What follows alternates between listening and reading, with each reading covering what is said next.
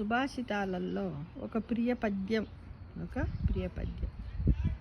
అమ్మను పిలవడానికి పాలు తాగడానికి పెదవులు లేవు, నవ్వులను లాలిపాటలను వినడానికి చెవులు లేవు, కాసింత ప్రేమ శ్వాసను పీల్చడానికి దేహములో జీవము లేదు. బాబు పొగలో చర్మము ఆవిరై, దేహము చిన్న భిన్నమై నేను దొరికితే, మా అమ్మ పెట్టిన ముద్దుల ఆనవాళ్ళు కనిపించడము లేదని గుర్తు చేయకండి.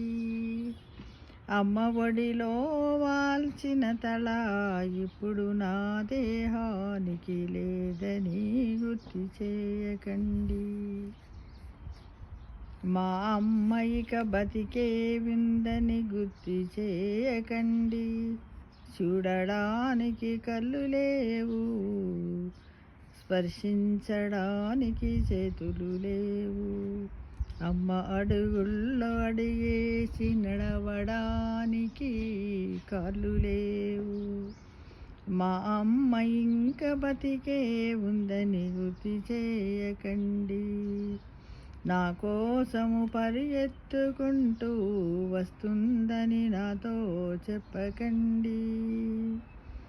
దోగాడుతూ ఎదురెళ్ళటానికి నేనిప్పుడు పసిపాపను కాదు, దొగులాడుతూ ఎదురెళ్ళటానికి నేనిప్పుడు పసిపాపను కాదు, మాంసము ముద్దను కాదు, ఒట్టి బొక్కల చూరను.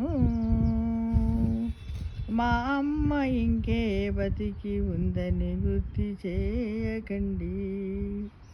మళ్ళీ నా పేరు నాకే గుర్తు చేయకండి. చనిపోయిన నాతోటి పసిపిల్లల పేర్లను గుర్తు చేయకండి. ఇది బాల్యానికి చోటు లేని దేశమని గుర్తు చేయకండి. రొట్టె ముక్కల బాంబులు లాక్కుంటాయని గుర్తు చేయకండి. అస్థి పంజరమనే పేరుగాంచిన బొక్కల గూడు మాత్రమే నేను. అస్థి పంజరమనే పేరుగాంచిన బొక్కల గూడు మాత్రమే నేను.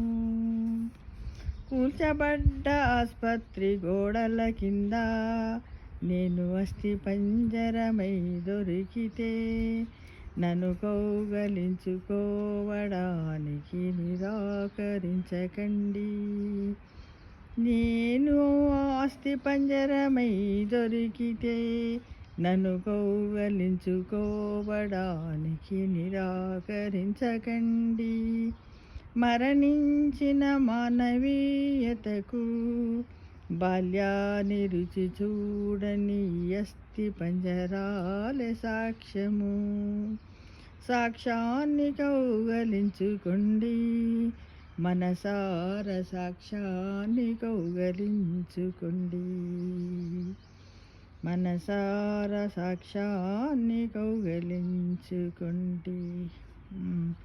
సాక్ష్యాన్ని కౌగలించుకోండి అంటే ఈ మధ్యకాలంలో భూకంపాలు బాంబులలో పోయినప్పుడు ఒక చిన్న పసిపిల్లల యొక్క మనస్తత్వాన్ని మనస్సులో పెట్టుకొని ఒక ప్రియ పద్యం రూపంలో మనకు అందించిండ్రు.